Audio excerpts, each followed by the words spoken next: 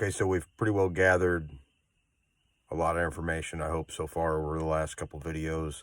Um, we got to, so my story really started, not so much after I signed up for the Army, but whenever I lost my pilots.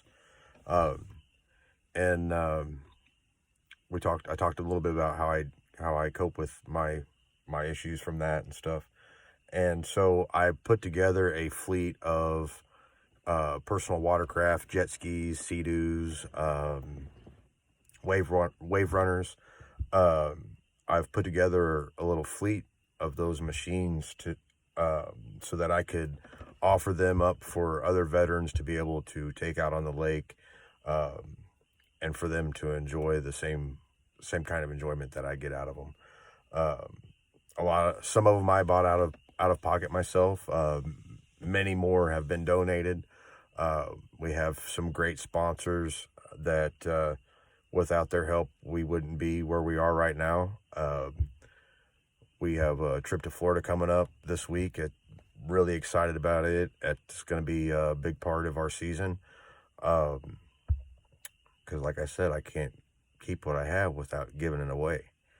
And we want to give away a lot this year. Definitely, I want to, when I talk to people about what we're doing, and if they're giving me something, one of the first things that I tell them is I always want to give back more than I'm asking. Because this just isn't for me. This is for, hopefully, for a lot of people. I think it's going to grow. I want to hit every freaking state if we can that it's got riders in it. I know with the northern states, even Minnesota and Montana, hey, I've got a rider friend in Alaska, so there ain't no excuse. It ain't ever too cold, I guess. So having said that, we rode last Sunday, or the Sunday before last, February 26th. It was 18 years ago that my pilots died, and I did a memorial run for them. And the water was like 40 degrees, 45 degrees. We rode about 30 miles, and what would normally be a really, really dark day for me, it wasn't. Not this year. I had a smile on my face the whole time. What I was doing wasn't so much for me.